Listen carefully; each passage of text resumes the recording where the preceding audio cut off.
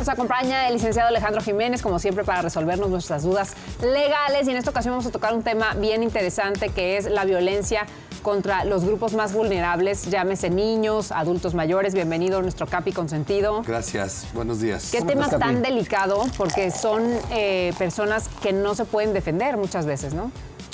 Mira, los niños, los adultos mayores, las mujeres, quiero que se enteren, los niños que nos están viendo o los señores ya de edad avanzada, que hay instancias correspondientes que por el simple hecho de acudir ustedes, inmediatamente les dan, no un trato especial, pero sí un servicio de información y de asesoría.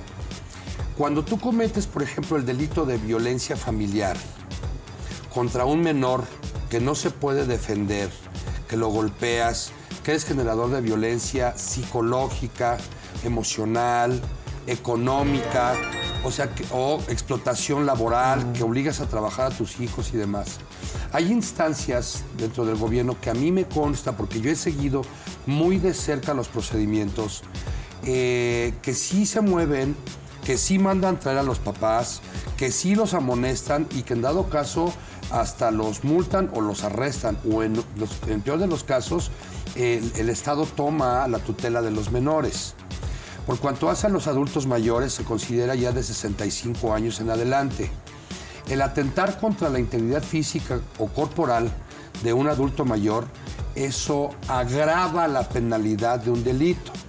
Si tú, por ejemplo, hemos visto los cuidadores que agarran a cachetadas a los viejecitos, o los mismos hijos, o las esposas de los hijos, o quien quiera que sea que atente contra la integridad física, corporal, contra el dinero de las personas de adultos mayores que tienen, por ejemplo, su jubilación, y que les dices, mira, invierte en estos bonos o en esta casa de bolsa o lo que sea, y los engañan o los defraudan, la penalidad es mayor. ¿Por qué? Porque son grupos ya vulnerables, que sufren de falta de movilidad, que ya no retienen bien las cosas, que tienen algún problema para poderse trasladar a alguna situación. Entonces, la legislación, o sea, las leyes en México no son malas, sino más bien creo que hay mucha falta de conocimiento. Hay instituciones que tienen presupuesto para poder llevar a cabo un procedimiento correcto. Las personas que no hablan nuestro idioma, o las que vienen de otras regiones de nuestro país, que entienden o medio hablan y que son explotadas laboralmente, que son, por ejemplo, sometidas a jornadas laborales mayores de 8 horas. Tienen derechos. No por el hecho de que ustedes no conozcan, no quiere decir que no puedan ser atendidos. ¿Quién los puede atender? La Procuraduría General de Justicia de la Ciudad de México, que se ubica en la colonia de los doctores, que le llaman el búnker. Cualquier persona les puede dar esa información. O en la agencia del Ministerio Público más cercana a su domicilio. En el DIF, cuando se trata de niños.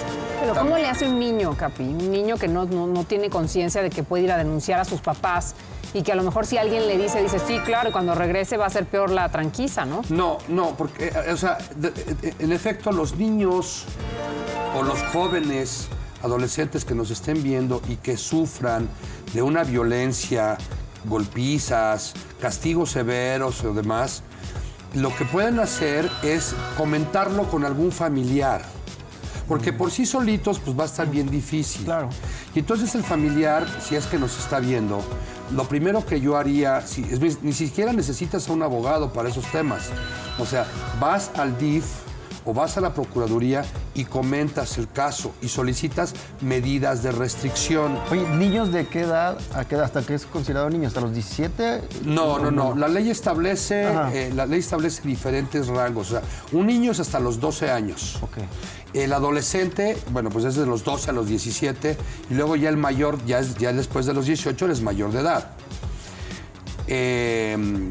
Entonces, pues como... Por ejemplo, como bien dices, un niño, bueno, ya adolescente de 12 a 17, pues ya tiene más conciencia. Él puede hacerlo por sí solo y protegerse? Bueno, ¿ir a dónde o cómo está? Puede solicitar la ayuda en la Procuraduría, en la Agencia del Ministerio Público o en el DIF. De alguien que quepa la cordura, ¿no? De su familia, un tío, sí, un hermano sí, mayor, sí. no sé. Yo he sabido casos en donde les hablan, por ejemplo, a sus primos mayores o a sus tíos, porque sí de plano son golpizas que ponen en peligro incluso hasta alguna función de ellos mismos, ¿no? O sea, los han dejado ciegos, les han quemado las manos. Los amarran. Los amarran para que estén ahí los niños. Algún vecino, etcétera. Claro que dices, ¿por qué voy a comprar un problema ajeno?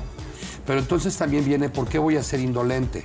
Porque ante mi sociedad no puedo contribuir con algo que pueda ayudar a parar una desgracia.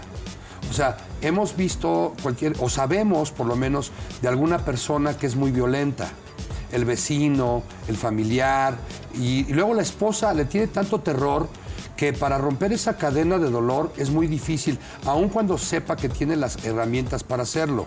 Evidentemente es un tranco muy difícil de pasar y no crean que van a llegar y los van a recibir así en un hotel de lujo. No es cierto, eso no pasa. Pero sí el romper una cadena de dolor, el romper una cadena de sufrimiento, el liberarse a sus hijos, hágalo por ellos, señora o señor. Normalmente son las señoras las que sufren de este tipo de violencias, ¿no? También ejercen violencia contra grupos vulnerables aquellas personas que los explotan de manera laboral. O sea, tú dices, bueno, es que si mi jefe me está haciendo trabajar, yo soy menor de edad, y si yo reclamo algo, pues me van a correr. Entonces mejor me quedo callado. Pero lo puede hacer de manera, pueden acudir también a instancias laborales, a la Procuraduría Federal de la Protección del Trabajo, la Procuraduría del Trabajo, en donde ellos pueden comentar su asunto y mandan inspecciones. Y puede ser incluso hasta de manera anónima. Pues bueno, ahorita que contabas esto de grupos vulnerables, sobre todo las que se vuelven pues de servicio, que están en las casas, pero que no manejan bien español, que no hablan español, luego se convierte en trata de blancas. Bueno, la trata de blancas ya es un tema ya más bien sexual, ¿no? O sea, porque a través de la explotación del comercio carnal obtienes un beneficio o un lucro. Bueno, pues eso es un delito de per se, o sea, seas grupo vulnerable o no. Pero sí, por ejemplo, se da en las personas de servicio cuando pues cumplen con ciertas jornadas, ¿no? Y se considera para efectos laborales como un trabajador. Entonces están protegidos con todos esos derechos. O sea, normalmente nosotros acostumbramos a que la gente de servicio, pues de repente no somos tan agradecidos, pero les corresponden ciertos derechos laborales también. Con esto yo quiero referirles que lamentablemente no vamos a erradicar de un plumazo o con una entrevista este tipo de situaciones, pero créanme que sí existe la posibilidad de tener asistencia legal y también medidas de restricción, que en eso en otro programa lo hablaremos. ¿Cuáles son las medidas de restricción? Por ejemplo, yo que me quiero divorciar de un esposo golpeador y sé que si le presento la demanda o cuando vengan a notificarlo, me va a golpear. Desde la demanda presentas una solicitud de medida de restricción. Y entonces ya dices, pues tengo miedo de esta persona por ser tan violenta, de que al momento en que se le notifique, me vaya a golpear o vaya a hacer algo en contra de mis hijas o me vaya a echar a la calle a las 3 de la mañana. ¿Sí? Entonces, bueno, también les podemos asistir, ahí están los teléfonos, escríbanme a mi correo electrónico y con mucho gusto les podemos dar algún tipo de asesoría para que logremos ser un poquito más libres en ese sentido. Y hacer equipo, ¿no? Tienes que hacer equipo también con tu abogado, con alguien de tu familia que razonó y que te dijo, vamos a hacer algo a cambiar esta situación y no vivir, porque hay gente que así lo decide, Capi, de vivir una vida espantosa, siendo golpeado, siendo pisado, con tu autoestima en el ¿Cuánta piso? gente no vive así? ¿No? Y esa no es vida. De los que nos estén viendo o las que nos estén viendo, si tienen alguna duda o están en este tipo de situaciones, escríbanme o márquenme. Claro. Y con mucho gusto se les da una asesoría. Oye, a mí mi mamá me pellizcaba ahí, entraba en violencia. Pues ahora no, ahora ya veo por qué. Ahora te pellizco yo y te aguantas. Okay.